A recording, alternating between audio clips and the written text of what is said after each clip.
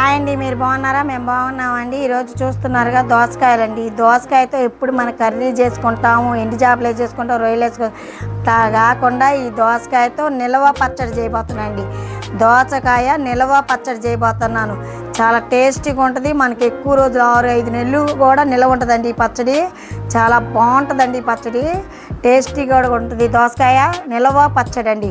ఇదిగోండి దోసకాయలు వచ్చేసి నేను 1/2 కేజీ తీసుకున్నానండి. శుభ్రంగా ఇదిగోండి కడుక్కున్నాను. ఇప్పుడు దీన్ని తుడుచుకుందాం. ఇలా కట్ చేసుకోవాలండి. మధ్య కట్ చేసుకొని కొంచెం విత్తులు తీసుకొని ఇట్లా విత్తులు చేతిలో ఇట్లా వేసుకొని పండు అయితే ఇదిగోండి ఇట్లా మధ్యలో ఇలా మధ్యలో ఘాటు పెట్టి ఇలా ఇదంతా ఇత్తులు ఇట్లా తీసేయాలండి. ఇత్తులు ఏమి లేకుండా ఇలా తీసేసుకోవాలి. చూడండి చక్కగా ఇలా ముక్కలుగా కట్ చేసుకొని మళ్ళీ కొంచెం సన్న ముక్కలు కాదండి, కొంచెం మినిమం సైజు ఇదిగో ఇలా లావుగానే ఉండాలండి. మన మామిడికాయ ముక్కల్లాగా సన్నగా కోసుకోకుండా కొంచెం మోయనంగా లావువి కాకుండా ఇలా మొత్తం కట్ చేసేసుకోవాలి. మనం కొన్నాం కండి. మనం 1/2 కేజీ కాయలు ఎన్ని వస్తాయో చూద్దాం. అండి పెట్టుకొని 2 స్పూన్ల మెంతులండి, 2 స్పూన్ల మెంతులు, 2 స్పూన్ల చేంజ్ చేయకండి. మెంతులు కలర్ చేంజ్ చేయగానే ఆవాలు కూడా 1 స్పూన్ అండి. ఆవాలు కూడా 1 స్పూను. 2 వేగినాక గ్యాస్ కట్టేసుకోవాలి. మనం చల్లార్చుకొని మిక్సీ పట్టుకున్నామండి. పొడి చేసుకుందాం.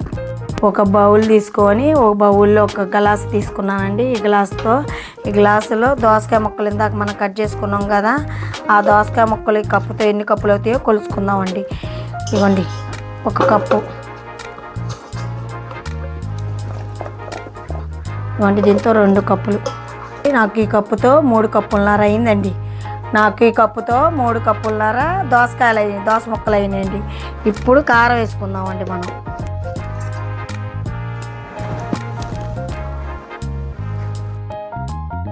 1 కప్పు కారం. ఇంట్లో తయారు చేసిన కారమేనండి. నేను గుంటూరు మిరపకాయలు పట్టించి కారం చేసుకున్నానండి. ఇంట్లో కారమేను. ఇప్పుడు సాల్ట్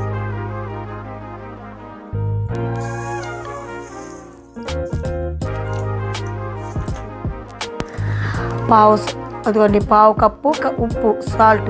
సాలపోతే మళ్ళీ వేసుకోవచ్చు అండి. సాల్ట్ ఎక్కువ వేసుకోకూడదు, సాలపోతే మళ్ళీ వేసుకోవచ్చు. మనం రెడీ చేసుకున్న మెంతిపిండి, ఆవు పిండి పొడి కూడా ఇలా వేసేసుకుందాం. మనం చక్కగా మెంతిపిండి, ఆవు పిండి కూడా పొడి చూసాము. మెంతిపిండి, ఆవు పిండి కూడా వేసేసి మనం ఇలా కలుపుకోవాలండి. ఇలా ఈ ముక్కలు సేమ్ మనం మామిడికాయ పచ్చడి పట్టుకుంటాం కానీ ఆవకాయ పచ్చడి అలాగే సేమ్ ఆవకాయ పచ్చడి లాగే దీన్ని కావాలంటే వేడి నీళ్ళు తాలింపు కూడా వేసుకుంటారండి. నేనైతే తాలింపు వేయట్లేదు, పచ్చి నూనె పోసేస్తాను. మీరు కావాలంటే కొంచెం వెచ్చ చేసుకొని కూడా వేడి నూనె వేసుకున్నా బాగానే ఉంటుందండి. ఇది దాదాపు 3 నెలలు 4 నెలలు నిల్వ ఉంటుందండి. ఫ్రిడ్జ్లో పెట్టక్కల్లా బయట పెట్టుకున్న 3 నెలలు 4 నెలలు నిల్వ ఉంటుందండి ఈ పచ్చడి. ఇట్లా కలుపుకొని చున్నెల్లిపాయలండి, కొన్ని చున్నెల్లిపాయలు వేసుకోవాలి. చున్నెల్లిపాయలు వేసుకుంటే చాలా బాగుంటుందండి. నేను ఇలాగే పొట్టు తీయకుండా వేసుకున్నా. మీకు కావాలంటే పొట్టు తీసుకోవచ్చు. నేనైతే పొట్టు తీయనండి. ఇలాగే బాగుంటుంది నాకు, మెత్తగా అవ్వకుండా. ఇప్పుడు ఆయిల్ పోసుకోవాలండి. మనం ఆయిల్ పోసేసుకోవాలి.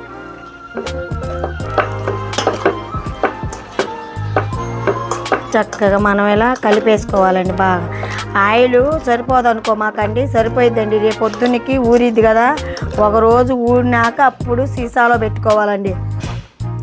ఊరినాక ఒక సీసాలో పెట్టుకోవాలి. ఆయిల్ కలిపేసుకొని మనం పక్కన పెట్టుకున్నామండి. ఇప్పుడు కొంచెం చల్లారినాక మనం నిమ్మకాయ రసం చూడండి.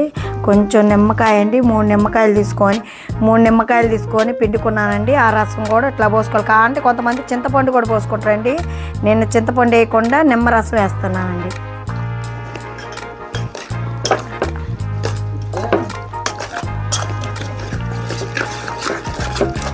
చూసారా, చక్కగా మనకి దోసకాయ నిల్వ పచ్చడి రెడీ అయిపోయిందండి.